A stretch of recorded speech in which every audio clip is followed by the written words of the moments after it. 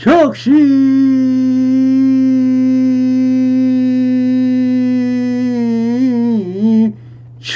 척부리며 심저 부리니 충식 시부리며 불시 중생이로다 나모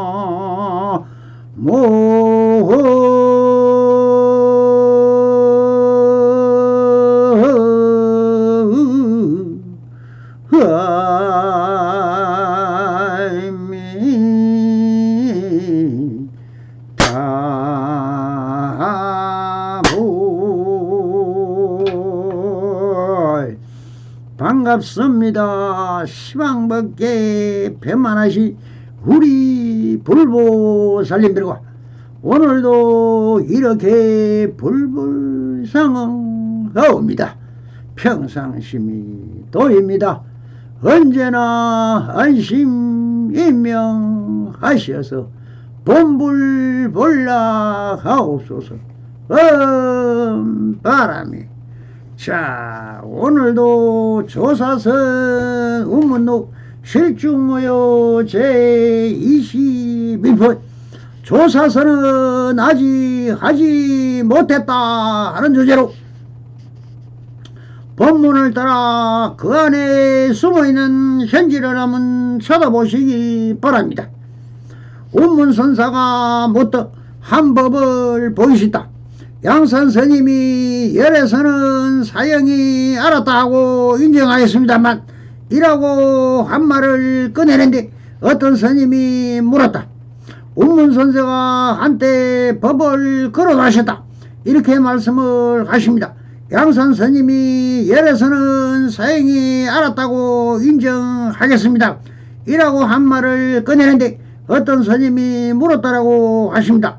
라고 하시는 것은 지금 여기서 양산스님은 누구십니까? 양산스님은 마조 도일선사의 제자로서 도를 깨닫고 별도로 독립한 위산스님의 제자입니다. 어록에 의하면 백장스님의 제자인 향암스님이 학식이 너무나 뛰어나 무슨 물음이든 다 조리와 이치에 맞는 설명을 전하는데 조사선을 모르는 것을 아시고 도저히 나의 생기방편이 통하지 않음을 아시고 위산스님에게 말년에 부탁하여 향암스님을 좀 조사선을 가르치라고 부탁한 데서 해요. 위산스님은 제자인 앙산에게 부탁하여 향염스님의 견처를 좀 알아보라고 당부를 합니다. 내용은 다음에 전개되는 내용인 것입니다.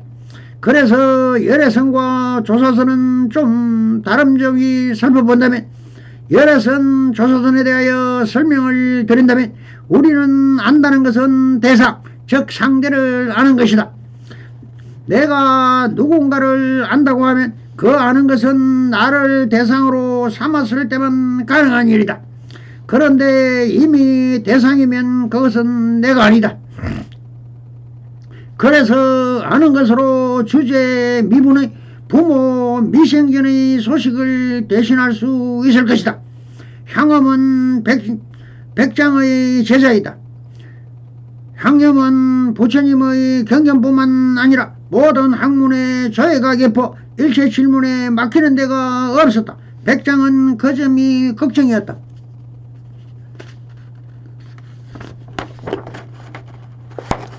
향엄의 이해가 깊어 아는 바가 무궁하나 지식일 뿐이어서 아직 문밖 소식만 알고 있기 때문이다. 지식으로는 문 안에 들어올 수 없다. 지식은 오로지 문 안에 들어오는 것을 방해한다. 향염은 언제나 자신만만했다. 백장은 열반에 앞서 제자 위산을 불러 향엄을 부탁했다. 위산이란 향엄을 불러 불법의 요체를 알아보라고 하였다. 향엄은 위산에게 해박한 지식을 불법의 요체를 풀어 일렀다. 도무지 어떠한 질문에도 맡기는 바가 없었다. 그러나 위사는 향엄에게 자네가 아는 바를 배워서 하는 것이니 그것은 자네 것이 아니니 배우고 배우면 누구나 할 수 있는 대답이 아닌가. 불법을 배워서 알 수 있는 것은 아니라고 하였다. 향엄은 커다란 충격을 받았다. 세월이 흘렀다. 돌덩이가 대나무에 부딪히는 소리에 향념이 눈을 떴다는 소식이 들렸다. 위산이 제자 앙산을 불러 향엄을 검정하라 하였다. 일산이 향엄에게 부모 미생년의 소식을 묻자 향엄은 다음의 개성으로 답하였다. 근연반 미시빈, 금연빈 시시빈, 기년빈 유유 탁추 지지라. 금연빈 추야무라 하였다. 해석해 보면 작년 가난은 가난이 아닐시, 금년 가난이 참 가난이시. 작년의 송곳꽃을 땅조차 없더니 금년은 송곳조차 없네.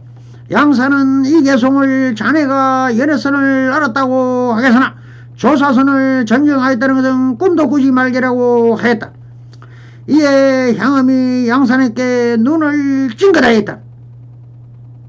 앙사는 비로소 향념이 조사선을 정득하였다고 기뻐하였다. 향념은 눈을 깜빡거림으로써 지금 여기 일인 있는 그대로를 중도를 드러냈다. 양산이 이 개성으로는 여러 선밖에 보지 못하였다고 평한 것은 부처님 가르침의 핵심이 연기와 중도인데 향념은 그 연기와 중도를 설명한 것에 불과했다는 것이다. 향념은 개성에서 지난 세월에 한 물건도 없는 참가난이 불의 법문을 정득하지 못하였는데 지금은 한 물건도 없어 대상도 없다고 하였다. 즉 나와 대상은 연기하는 것인지 주의의 객과 따로 존재하는 것이 아니다. 주가 있어 객이 있고 객이 있어 주가 있다. 주객을 분별히 만든 이름뿐인 이 법의 세계다. 주객을 여의나 불이 중도의 실상을 알겠는가라는 것이다. 우리의 일상은 알건 모르건 중도의 실상이 드러나 있다. 중도의 실상인 불의가 있는 그대로라면 우리가 안다거나 모른다거나 상관없이 중도의 실상으로 산다. 그것을 알고 모르고와 관계가 있다면 있는 그대로가 아니라 안다고 해도 해석일 뿐이요 모른다고 해도 해석일 뿐이다. 깨닫고 보면 우리의 일상사 모든 정도는 드러나지 않음이 하나도 없다는 것이다. 우리의 일상은 어떤 것인가 견문각지 어묵동주 행주자와 모든 우리의 일상이요 중도의 드러납니다. 견문각지 어묵동적이라 하지만 여기에는 행위와 주제가 따로 없다. 행위의 주객이 따로 없는 견문각지 어묵동적이다. 알고 모른다는 해석이 붙지 않는 있는 그대로이면 주객으로 나누기 전에 있는 그대로이다. 다시 본론으로 들어가서 살펴보기로 하겠습니다. 양산 해적스님은 사제 향념스님에게 묻기를 아우님이 요즘 보는 경계가 어떠소 하니 앙산스님의 향엄스님에게 묻기를 아우님은 요즘 보는 경계가 어떠소라고 하는 물음을 좀 더 풀어서 살펴본 아우님은 이라고 하는 것은 그런 것은 나이가 어리다는 뜻이 있으니 주제는 앙산스님이고 대상은 향념스님이 칭하였으니 주와 객이 생겨버렸습니다. 즉 묻는 양산스님과 지칭받는 염산스님이란 것이 상대성이요 대대요 체와 용이 생겼으니 본래 공인데 무슨 내가 있고 상대가 있습니까? 그러나 이것을 평상심으로 본다면 별로 문제가 되지 않습니다. 아우님은 요즘 보는 경지가 어떠소에 요즘이라고 하는 말은 과거야 지금 미래에 있다고 시간적으로 보고 한 말이니 이 말도 허물인 것입니다. 그러나 요즘이라고 하는 것은 지금 여기를 보아야 할 것입니다. 이것은 공간원이 형상으로 찰나로 끊어서 하는 말인 것입니다. 그러니 보는 경계라고 하는 말은 향념스님이 보는 바가 있다면 그 보이는 경계를 칭하고 있는 것이 어떠소라는 것이 향념스님은 앞에 떨어진 경계가 어떻게 보이는가 물은 것이라고 해야 할 것입니다. 그런데 향념스님은 바로 직설적으로 지금 여기 있는 그대로를 답하면 되는데 왜 대답을 못할까? 생각이 너무나 많으니 무엇라고 대답할까를 사람 분별한다는 것입니다. 바로 직심으로 답을 못하니 이렇게 말을 합니다. 갑작스레 대답하려니 말이 안 나오는군요 하고는 개송을 하나 지어바쳤다. 갑작스레 대답하려니 말이 안 나오는군요라는 대답도 또한 식심으로 사람 분별하고 있는 것이며 자기의 혈액장에 있는 직심과 상식을 즉 아랫말이 견문각지를 총동원해서 빨라시기 사람 분별하고 있으니 바로 직심으로 답할 수 있는 육식이 할 말이 없겠죠. 그래서 직심이 바로 답이 나와야 하는데 핑계를 대고 있다고 스스로 인정하면서 고작 불의문자인 글을 써서 올립니다. 그 내용을 살펴보니 이렇게 쓰고 있습니다. 작년의 가난은 가난이 아니오 금년의 가난이야말로 가난이지. 작년엔 송곳 하나 틈을 꽂을 틈이 없더니 금년엔 송곳마저 없어졌다오 라고 썼다고 되어 있습니다. 시간 공간이 없는 찰나간에서 본다면 공간론에서 본다면 이미 다 틀린 것을 내라고 있는 것입니다. 작년이라고 하여 이미 지나간 흔적도 없는 시간을 가져와 쓰고 있습니다. 그리고 가난이란 차별상인 이름을 사용했으니 가난하면 바로 상대성인 부자라는 차별성이 떠오르기 이법입니다. 이렇게 이법을 쓰고 조사서는 아닌 것입니다. 불이법인 일성법은 사용할 수 있는 경지가 아니니 아직 법을 묻고 답하는 안목이 없다고 해야 할 것입니다. 그리고 가난이 아니고 라고 하였느니 보이는 이해로를 말해야 하는데 왜 절대경계를 보지 못하고 차별적 분별망상의 소리를 합니까? 금년에 가난이야말로 진짜 가난했으라고 하니 앞반이나 작년이라고 하는데 지금은 금년이라고 하니 이 역시 차별법으로 이법인 것입니다.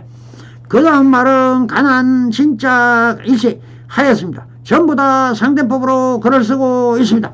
작년엔 송곳 하나 꼽을 틈이 없더니 금년엔 송곳마저 없어졌다고 에서도 작년의 금년과 상대법이고 송곳이 어디서 명식으로 말을 합니까? 또 없어졌다고 하는 말도 본래 있었던 금년에 없었다고 하시 본래 무일물도 모른단 말인가? 설상가상이 것이다. 그러니 이것은 연기법으로 법을 해석한다고 한다면 말이 되나? 본래 무일물은 공간적으로 보면 전부 다 명색의 나열이요 자기자 지식과 상식이 아랫말이 견문각지로만 답을 하였으니 어떻게 해야 하겠습니까? 양상스님은 다 듣고 나서 이렇게 말씀합니다. 그대는 예로서만 했을 뿐 조사서는 하지 못했다 라고 하십니다. 열애선과 조사선에 위해서 설명했지만 간단하게 설명하면 열애선은 보리달마께서 가르치신 명상이나 참선을 해서 깨달음을 얻는다는 것이니 달마대사가 전한 인등가경에서 본다면 모든 깨달음은 수행을 통해서 이루어진다고 설파하고 있습니다. 이것이 자제법문이고 대기설법인 것입니다. 물론 석준의 모든 견치에서도 상대방의 관계에 따라 설법을 하다 보니 최상승인 일성법은 제일 마지막인 법화경에서 하시고 최상승법인 화엄경을 설했지만 초전 법문에서 오비구가 알아듣지를 못하는 것을 보고 바로 열만에 더시겠다고 하시다가 덤천왕과 지신의 간청으로 한마음 돌리시어 초기 경전인 차제를 두어 오시교로 나누어 설하신 것처럼 바로 중도경전인 상대법을 벗어난 내려놓는 것을 설파하시고 자연의 법칙을 주로 설파하시어 자연의 법칙이 그대로 진리라고 설하신 것인데 이것을 열애선이라고 하였던 것입니다.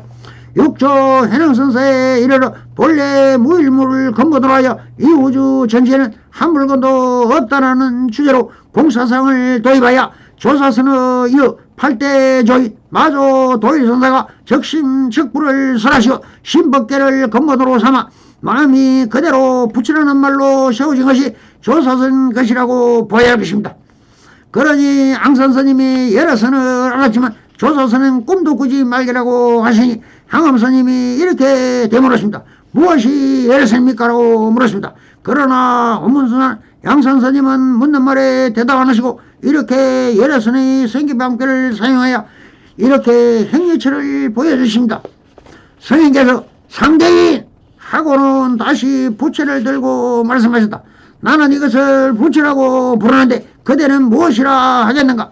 앙선스님은 향염스님의 별명을 부르지 않고 상대인이라고 불렀다. 이것은 명색을 끄달리지 않는 주관도 없고 객관도 없는 둘 다 없는 경지를 바로 앞에 있는 향염이라는 말을 빼고 상대인이라고 불렀다. 상대인이라는 글자도 해석해 보면 높고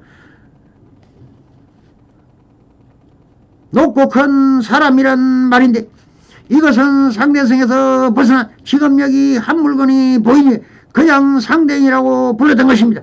이것이 있는 그대로 불렀던 것입니다. 그리고는 다시 부채를 들고 말씀하였습니다.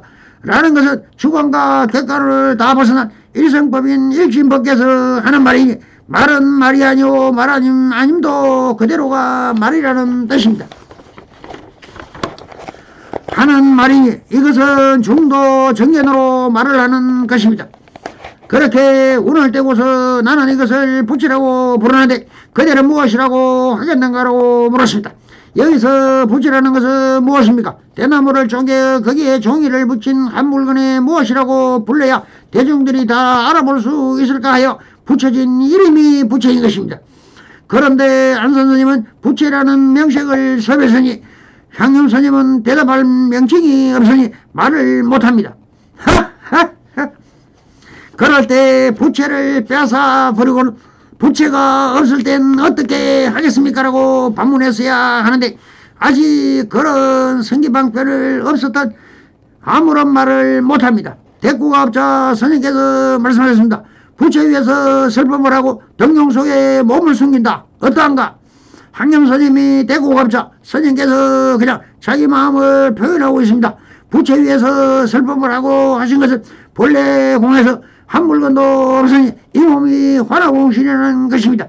그러니 몸도 없으니 이 부채를 내 몸으로 사용하라는 뜻이니 이타 기승이지만 내 환화공신인 이 몸뚱이를 대신하여 즉 부채를 내 몸으로 삼아 설법도 하고라고 하시어 부채도 사실 허상이지만 어쩔 수 없이 자기 몸의 환화공신을 알아차리고 하는 성기방패인 것이라고 보아야 할 것입니다. 그리고는 등용 속에 몸을 숨긴다라고 하시는 말씀은 몸은 환화공신이 어디에 있느냐 허상이란 뜻을 알아차리라고 등용이란 이타기성을 또 사용하고 계신 것입니다. 그 스님이 다시 물었다. 무엇이 스님의 스님일까로 향암스님은 안상스님에게 선은 무엇입니까로 묻습니다. 앙상스님은 꾸짖었다. 원래 여기에 있었을 뿐이다.